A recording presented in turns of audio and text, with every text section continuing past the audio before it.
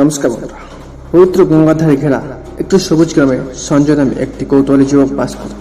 তার মন সর্বদা জগৎ, নক্ষত্র এবং সবচেয়ে গুপ্তভান হয়ে ঐশ্বরিক বিষয়ে প্রশ্নে আচ্ছন্ন থাকত।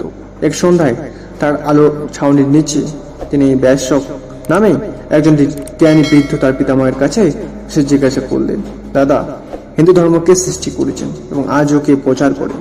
ব্যাস তার নাতির চোখে কৌতূহলের স্ফুলিঙ্গ দেখে উষ্ণভাবে হাসলেন। তিনি জানতেন যে এটি এমন একটি গল্প ভাগ করার জন্য উপযুক্ত মুহূর্ত, যা প্রজন্মের মধ্যে দিয়ে চলে গেছে, কিন্তু গল্প যা কৃষ্ণের জ্ঞানের সাথে জড়িত। ব্যাস শুরু করেছিলেন, হিন্দু ধর্ম কোনো এক ব্যক্তির সৃষ্টি নয়, এটি মহাবিশ্বের মতোই প্রাচীন, যা সনাতন ধর্ম নামে পরিচিত। চিরন্তন উপায় এর শিকড় বেদের গভীরে নিশ্চিত। প্রাচীন ধর্মগ্রন্থ ঋষিদের কাছে প্রকাশিত হয়েছিল। প্রাচীনকাল স্রষ্টা ও ঋষিদের কাছে এই জ্ঞানী পুরুষ এবং মহিলারা তাদের গভীর ধ্যান এবং আধ্যাত্মিক অন্তর্দৃষ্টির মাধ্যমে ঐশ্বরিক জ্ঞান লাভ করেছিলেন, যা হিন্দু ধর্মের ভিত্তি তৈরি করে।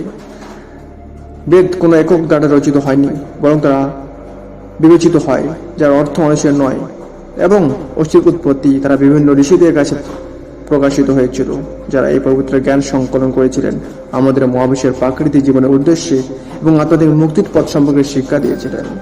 সঞ্জয় মনোযোগ সহকারে শুনলেন, বিশেষভাবে চোখ মেলে। কিন্তু দাদা, তিনি জিজ্ঞাসা করলেন, ঋষিরা যদি ভিত্তি তৈরি করে থাকেন, তাহলে কে হিন্দু ধর্মের প্রচার টিকিয়ে রাখে? বিশেষ চোখ স্নেহ এবং শ্রদ্ধায় জল করে যখন তিনি কথা বলেছিলেন। ভগবান কৃষ্ণ বিষ্ণুর অন্যতম শ্রদ্ধেয় অবতার, হিন্দু ধর্মের চিরন্তন প্রবর্তক এবং পথপ্রদর্শক ভাগবতগীতার এবং ঐশ্বরিক বাণীর মাধ্যমে কৃষ্ণ নিরবধি জ্ঞান প্রদান করেছেন, যা লক্ষ লক্ষ মানুষকে অনুপ্রাণিত ও পথপ্রদর্শন করে চলেছে। ব্যাস ভাগবতগীতার গল্পটি বর্ণনা করেছিলেন, যেখানে কৃষ্ণ কুরুক্ষেত্রের যুদ্ধক্ষেত্রে যোদ্ধা ও রাজকুমার অর্জুনের সারথি হিসেবে কাজ করে গভীর আত্মাধিক শিক্ষা প্রদান করেছিলেন। কৃষ্ণ অর্জুনকে ফলাফলের প্রতি আসক্তি ছাড়াই নিজের কর্তব্য ও সম্পাদনের গুরুত্ব সম্পর্কে শিখেছিলেন।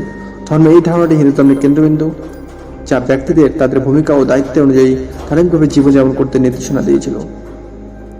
যোগ, কৃষ্ণ যোগের বিভিন্ন পথের কথা বলেছিলেন, ভক্তি, জ্ঞান এবং কর্ম। এই পথগুলি ব্যক্তিদের ঈশ্বরের সাথে একত্রিত হওয়ার জন্য বিভিন্ন পদ্ধতির প্রস্তাব দেয়, যা বিভিন্ন মেজাজ এবং প্রবণতাকে পূরণ করে। কৃষ্ণ আত্মার চিরন্তন প্রাকৃতিক সম্পর্কে সত্য প্রকাশ করেছেন, জোর দিয়েছে বলেছিলেন যে শরীর অস্থায়ী কিন্তু আত্মার অমর এবং চিরস্থায়ী।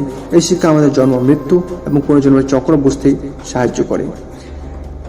কৃষ্ণের সবচেয়ে শক্তিশালী শিক্ষাগুলির মধ্যে একটি হল আত্মসমর্পণের ধারণা। তিনি অর্জুনকে সমস্ত কর্মকে ঐশ্বরিক ইচ্ছার কাছে সমর্পণ করার জন্য অনুরোধ করেছিলেন, এই বিশ্বাস যে দৈব নির্দেশনাও রক্ষা করবে। ব্যাস তখন একটি ব্যক্তিগত গল্প শেয়ার করেছিলেন, যখন আমি যুবক ছিলাম, আমার মতো সঞ্জয় আমি প্রশ্ন সন্দেহ করা হয়েছিলাম। একদিন আমি গীতার একটি শ্লোক দেখতে পেলাম, যেখানে কৃষ্ণ বলেছিলেন, সকল প্রকার ধর্ম পরিত্যাগ করো এবং শুধু আমার কাছে আত্মসমর্পণ করো, আমি তোমাকে সমস্ত পাপপূর্ণ প্রতিক্রিয়া থেকে উদ্ধার করব, ভয় পেও না। এই আয়াতটি আমার জীবনকে বদলে দিয়েছে। এটা আমাকে বিশ্বাস ও আত্মসমর্পণের শক্তি শিখেছে। কৃষ্ণের শিক্ষা অনুপ্রাণিত হয়ে ব্যাস এই জ্ঞানকে ছড়িয়ে দেওয়ার জন্য তার জীবন উৎসর্গ করেছিলেন। তিনি একজন শিক্ষক এবং গাইড ছিলেন, অন্যদের তাদের আত্মাধিক পথ খুঁজে পেতে এবং গীতার অর্থ বুঝতে সাহায্য করেছিলেন। সেদিন থেকে সঞ্জয় নিজেকে গীতা এবং বেদ অধ্যয়নে নিমজ্জিত করে জ্ঞান এবং আত্মাধিক উত্তরাধিকারীকে এগিয়ে নিয়ে যায়। হিন্দু ধর্মের শাশ্বত প্রবর্তক কৃষ্ণের শিক্ষা তারা অনুপ্রাণিত হন, এবং তাই এই জ্ঞান এবং ভক্তির উজ্জ্বলভাবে জ্বলতে থাকে এবং প্রজন্ম থেকে অন্য প্রজন্মে চলে যায়, তাদের আত্মাধিক যাত্রায় অগণিত আত্মার পথকে আলোকিত করে। সো বন্ধুরা, এরকম অবশ্যই চ্যানেল সাবস্ক্রাইব করে জয় হিন্দ, বন্দে মাতরম। জয়।